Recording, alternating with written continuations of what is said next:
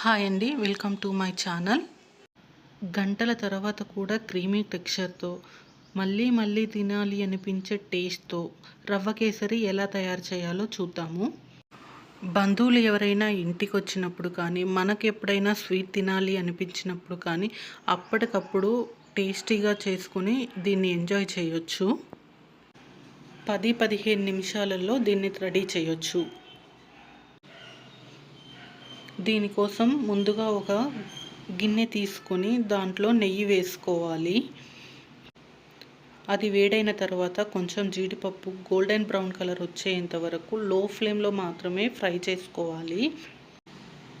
ఇది ఫ్రై అయిన తర్వాత కొంచెం కిస్మిస్ తీసుకొని అది కూడా ఫ్రై చేసుకోవాలి. ఇవి గోల్డెన్ బ్రౌన్లోకి వచ్చిన తర్వాత ఒక బౌల్లోకి తీసుకొని పక్కన పెట్టుకోవాలి. అదే గిన్నెలో ఒక కప్పు బొంబాయి రవ్వ తీసుకొని దాన్ని గోల్డెన్ బ్రౌన్ కలర్ వచ్చేంత వరకు ఫ్రై చేసుకోవాలి. దీన్ని కంటిన్యూస్గా కలుపుతూనే ఉండాలి. అది కూడా కేవలం లో ఫ్లేమ్లో మాత్రమే.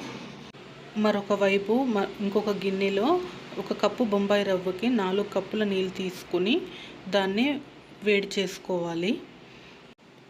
రవ్వ చూసారా, కొంచెం కొంచెంగా కలర్ చేంజ్ అవుతూ ఉంది. దీన్ని హైలో పెడితే కనుక మాడిపోతుంది, అందుకే లో ఫ్లేమ్లోనే ఫ్రై చేయాలి.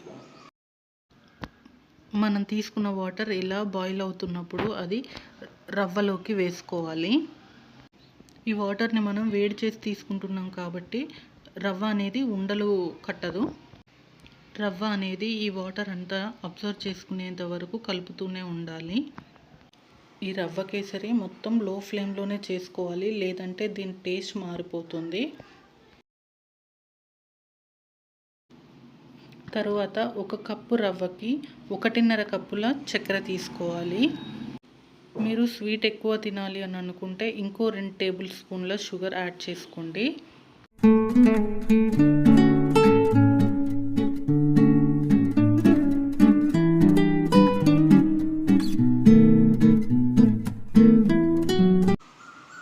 ఇప్పుడు కొంచెం యాలకుల పొడి వేసుకొని కలుపుకోవాలి.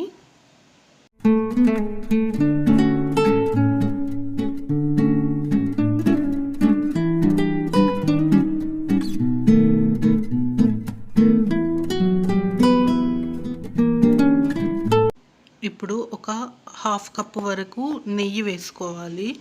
దీనికి టేస్ట్ అంతా ఈ నెయ్యితోనే వస్తుంది.